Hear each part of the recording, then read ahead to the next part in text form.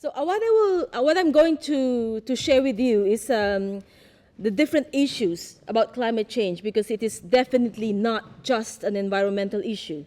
There are so many issues connected to it, including trade, food security, migration, agriculture, and lots of different issues. And what I'm going to present is that a sort of a southern perspective, or how we see it from the developing countries.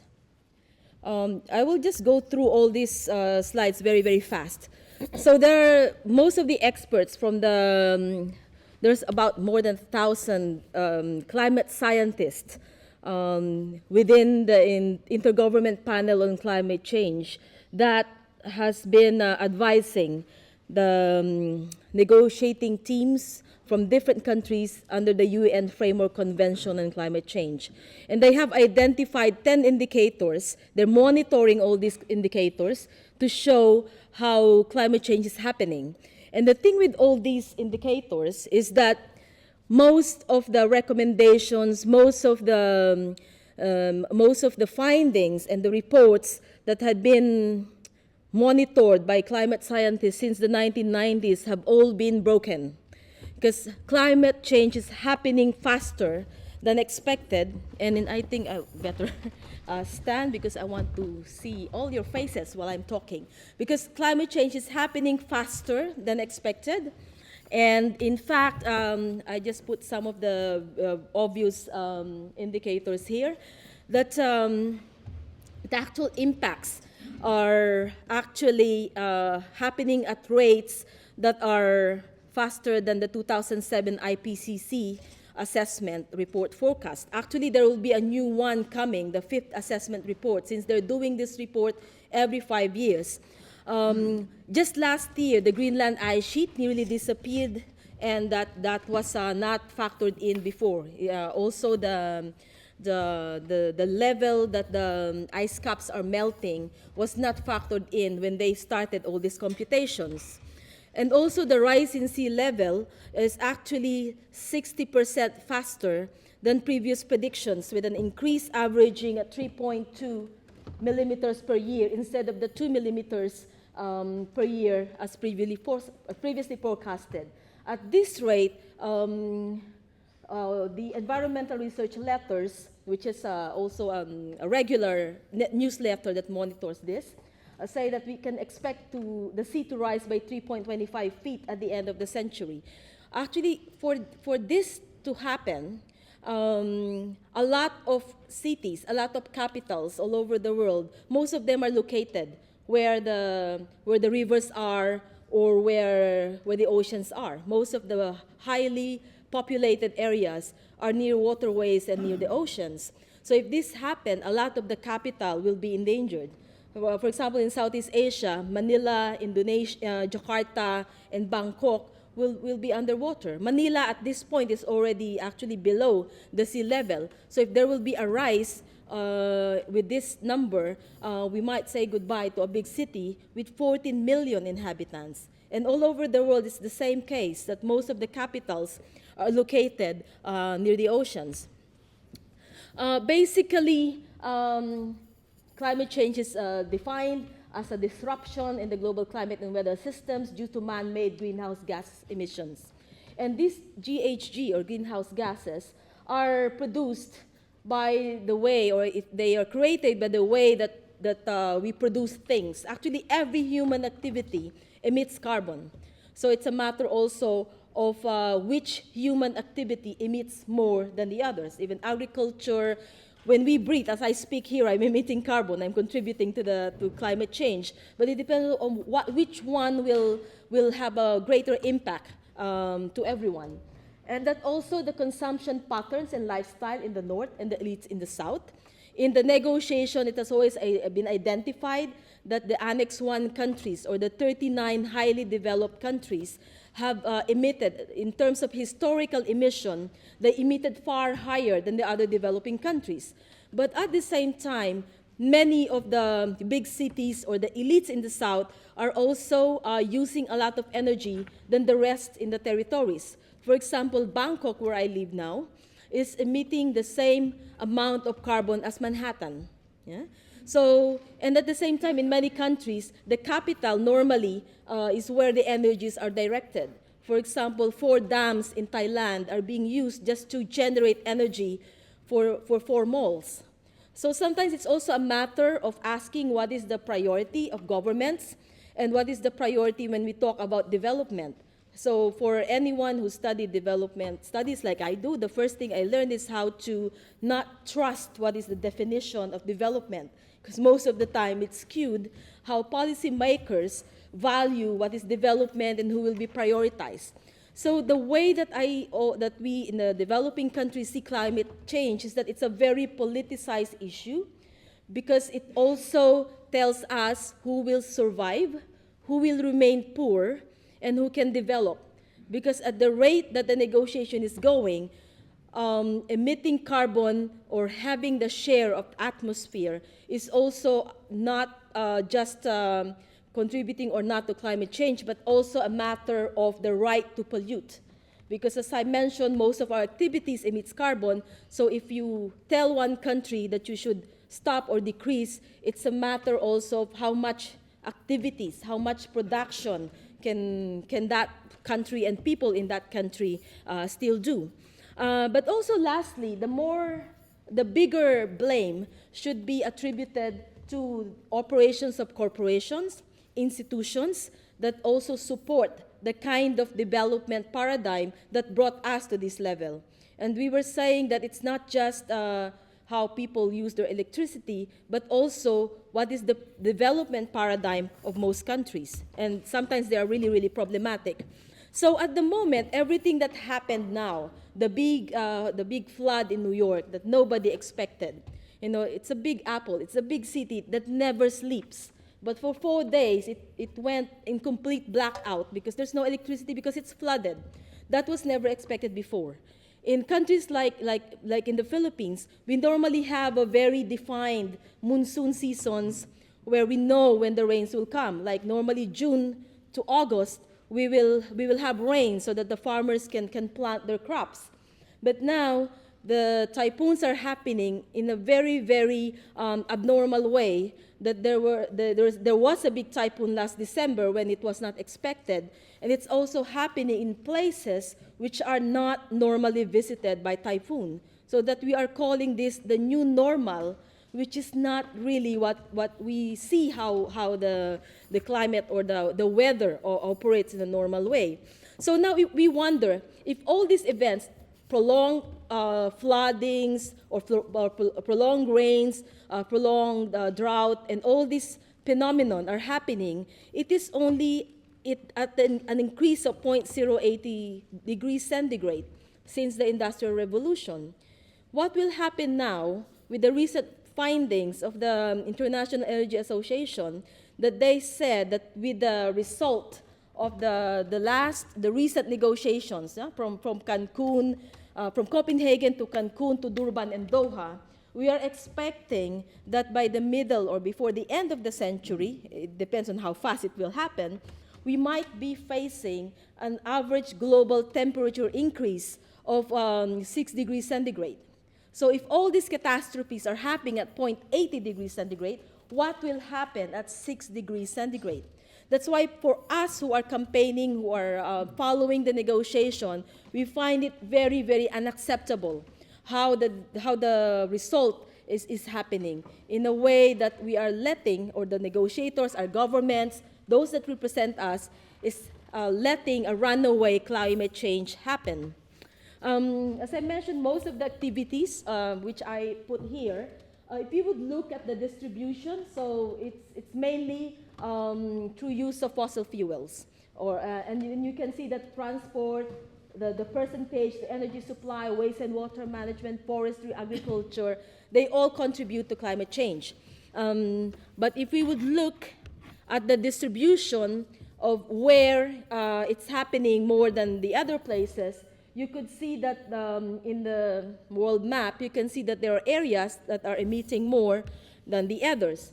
And if you would look at this figure in terms of cumulative greenhouse gas emission, we can see that some countries are really eating up the whole pie.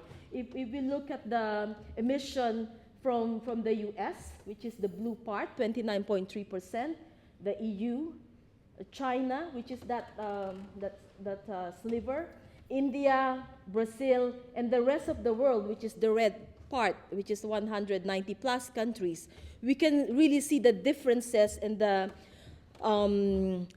inequitable way that countries are contributing to the climate crisis. And I like this map really nice because it tells you, if you look at the bottom level, that is the actual map. But if you would look at the higher level, it shows how much energy is being used by all those countries. For example, what is very significant, if you look at Africa, which is a whole continent, in terms of energy use and contribution to climate change, it's really, really small compared to some countries, China or Europe, where it's really huge. And if we would look also at the actual impacts, we talk about people, millions of people that are being affected. Not in other discussions, they're discussing about how many people would need to migrate in the future due to climate change. So when I told you earlier that the sea rise are expected at 3.25 feet, imagine that there are now the forecast is that between 150 million people to 700 million people might need to migrate in the future. So there's even a debate how they will be called, because some are calling them as climate change refugee, some are calling them environmental migrants. And in terms of policy, imagine the sheer amount of preparation and the logistics needed. For example, some countries like the Maldives have negotiated some area, it already bought or buying an area in Australia, because the whole Maldives will be underwater. So what they're doing now is they're trying to negotiate where they can move in case this happens. So they're discussing with Australia and with Sri Lanka. And sometimes it may be a harsh joke to think that Maldives is a paradise and it will disappear and then they will be in Sri Lanka. So what are the policy implications? What are the adjustments? How will the environmental migrants be integrated where they're going to? And in Europe, that will be even a bigger debate. Most of the countries here are already changing their immigration laws that I found out last week from another Filipino friend, that, for example, even the laws of mixed marriages here, if you are a UK citizen and you wanted to marry a non-UK resident, you must have a savings of £62,000. If you don't have that, you have no right to bring in a spouse from outside. And this is just one matter. Imagine if you have millions of environmental migrants that are coming in the territory. And as I mentioned earlier, the changes are already happening. For us in the South, it is not just a faraway dream or in statistics or in all these horrifying figures, but we already experience it. In the Philippines, we are already experiencing stronger and stronger typhoons. In Bangkok, where I live now, we had a big flood 2 years ago, where in some areas the water rose up to 2 meters high, and for many people, they are facing the possibility that this might become regular. That every now and then they would simply have to live with 1 meter, 2 meter water that is destroying houses, destroying crops. And for us, in agricultural countries as well, the big impact is in agriculture, because that means you lose your harvest and you lose your livelihood if that happens. And what is also happening is that it is also stretching the resiliency of communities. We've been visited by so many problems before. We lived through structural adjustment program, and this is another adjustment that we have to survive from. And a fundamental reality of it is that a wealthy minority of the world's countries and corporations are the principal cause of it, yet the adverse effects are being felt now and in a very dramatic way by the poor and the marginalized who did not contribute or who contributed less in this situation. And there's also real impacts to development, because when we talk of livelihood, the increase in poverty, inequality, vulnerability, the higher incidences of the health impacts, because now diseases that used to be extinct are now coming back, and in a bigger version. There's more strains of malaria than before now. That now it's not advisable to get a shot. Wait first what kind of strain you will get before you get a shot. So even the prevention is getting more and more challenging. In the national budget as well, most of our governments have to allocate more budget in terms of disaster relief and prevention, refugee management or environmental migrants management, and financing for adaptation, which will divert the national allocation of natural resources, which should have gone to education, food, other basic services, and now it has to be channeled to climate change. What is actually questionable about this as well is that many of the goals, many of the targets, it could have been, climate change is also being used now as an scapegoat, that sometimes, for example, the question of water management. Before the intervention of any development agency is provide clean, safe drinking water to communities. But now the provision of clean, safe drinking water is under the guise of climate change, and it's being done through market mechanism. Before, it's the responsibility of governments to provide drinking water, but now it's coming up as a market approach. Our water is getting more and more privatized, and the government is getting more and more blamed for being inefficient. So an adaptation measure is also how to use the market, and not just on these basic services, but also, I will discuss later, carbon trading. Last part is that this problem will also impact on all the other poverty, alleviation, eradication, and other related goals and initiatives in the future. If you would look at the vulnerability, that's also a big debate in the negotiation, because even the G77 in China, or developing countries, have a competing claim about vulnerability. The small island states are saying we are vulnerable because we will go under, we will be erased from the map of the world. Countries like my country, Philippines, Malaysia, Indonesia, are saying we are mega diversity. We are more vulnerable because if we will get affected, a lot of flora and fauna species will disappear. But some of the studies also shows what are the countries that are because vulnerability also varies for different countries. There are countries that are more vulnerable for drought, for flood, for storm. If the coast or the level, the sea rise will be by 1 meter, or there's another figure should be for 2 meters, but also agriculture. But what is clear about this is that if we would look at all these countries that are vulnerable, most of them are developing countries. And most of them also, when it comes to their accumulated greenhouse gas emission, emit very, very low. That according again to the IPCC, they mentioned that that's why they have this I will say 3 basic principles. One is a principle of carbon footprints or personal carbon footprints, that everyone should have an equal share of the atmosphere. So each individual and countries should have a share of that atmosphere. But in the negotiation, it shows also that in the future, there is a claim how much share of that or sharing of that atmosphere will happen. Secondly, the principle of polluter must pay. It's a basic argument in the negotiation. That's why they differentiated the countries between the Annex 1 or the developed countries and the G77 and China countries, which is not just that 77 countries, but actually it's the rest of the countries. According to the IPCC, there must be, when we talk about common but differentiated responsibilities, since the different countries have different impacts or emitted at different level, each must have a different responsibility, but at the same time, it should be a common responsibility because it should be a global approach, a global way to get out of this situation.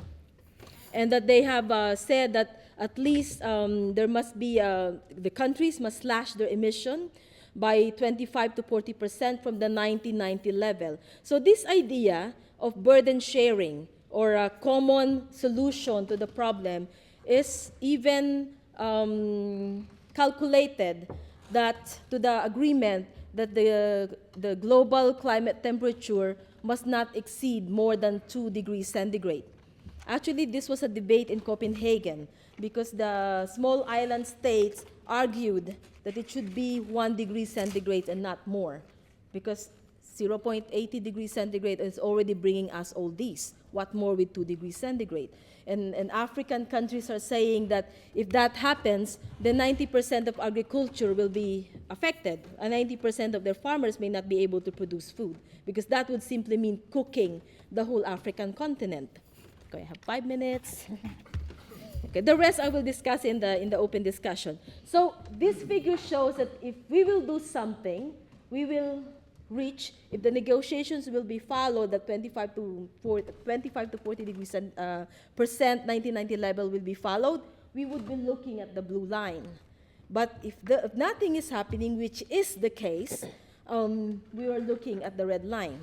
The thing is that since the negotiation, GHG emission is simply increasing, and that it is, and with the result of the Doha negotiation, it is looking like it's become very, very difficult, or if not impossible, for Annex I countries to even fulfill the target, because most of them, instead of saying that we will reduce emission, they will just use carbon trading to fulfill the responsibilities. Now, what is wrong with carbon trading? I would like to introduce you to a new concept. I don't know if have you heard of this, climate debt? So many of you have heard about this. So it's that the argument is that because of the historical emission of developed countries, it is those who emitted who has a debt to the developing countries. While in the past, it's the developing countries that are indebted to international financial institutions, which are most of the contribution are coming from developed countries. So the argument here is that because of that, the emission debt and adaptation debt of the Annex I countries must be paid to the South in terms of financial transfer and technology transfer, which must happen not as a debt, not as a loan, not as an aid, but the entitlement of developing countries. Because if you would look at this sharing again, you would see, oops, there's a mistake, I don't know, that always happens when it transfers from here to there. In terms of actual emission, the Annex I country used up 70% of its share, when in terms of the population, they have 30% of the population. It's really very inversely proportional. It will be clearer when we look at this, because on your left side, you will see that the top annual energy emitter, for example, in 2009, we have all these countries. But if you would look at the percentage, the global percentage, you will see that it also have big differences between China, which is now becoming a top emitter. But when it comes to per capita, it is still much, much lower than the second one, which is the US. So that means still that for rough calculation, I'm very bad in math, every American is using an energy of 3 Chinese, if you look at this. Is that correct? Okay. You correct me afterwards. But if you look at the cumulative emission from 1850 to 2008, then we come with a different figure. That although the US is top and China is becoming second, but if you would look at the metric tons per person, one American is emitting 1,132.7 metric tons, equivalent to an 85.4 emission from a Chinese person. And if you would look, where's the UK there, on the 5th. So that's also second to the highest, next to the US when it comes to per capita emission. And if we can also see that there's differences in this figure if we will look at the distribution on the years. So from 1850 to 2000, you see the blue graph. And from 1990 to 2000, it shows also that it's where the developing countries or the emerging economies started to increase their emission because they're also starting their industrialization. And I can imagine there will be a big question here afterwards on China, so we can deal with that on the open discussion. So when it comes to the projection, this would be the projection 1990, 2006. If this is the, when we consider that the 25 to 40% will be followed, this is the projection. But what is actually happening is that you have the violet line there. In this sharing, the violet line should have peak, and in terms of sharing, they will go lower by 2050.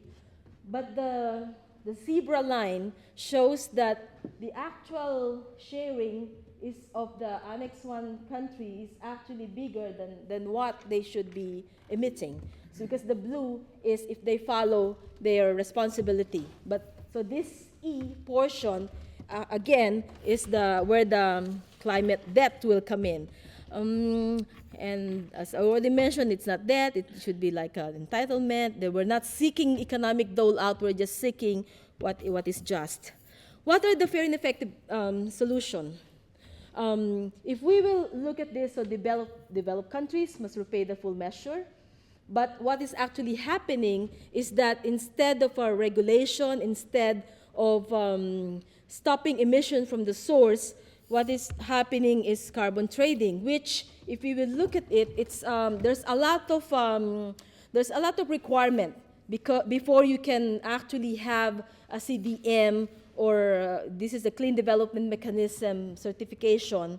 But what is actually happening is that many of these projects is not actually designed to reduce emission. And in fact, we had a Southeast Asia forum, which we hosted 2 years ago, where even the main actors, South Pole, who's a leading actor in selling emissions, said that, well, our concern is actually to sell more rights, more polluting rights, and that they find the negotiation problematic, and that their target is how to make the market work rather than think about the negotiation. So if we will look at it, even the distinction, this will be my last point, and maybe the rest I will just include when I answer your question. The development model for the future, the green economy, is being sold as an alternative to the growth-oriented model because they said that there will be more incentives to put money not on fossil fuel industry but more on the alternative measures.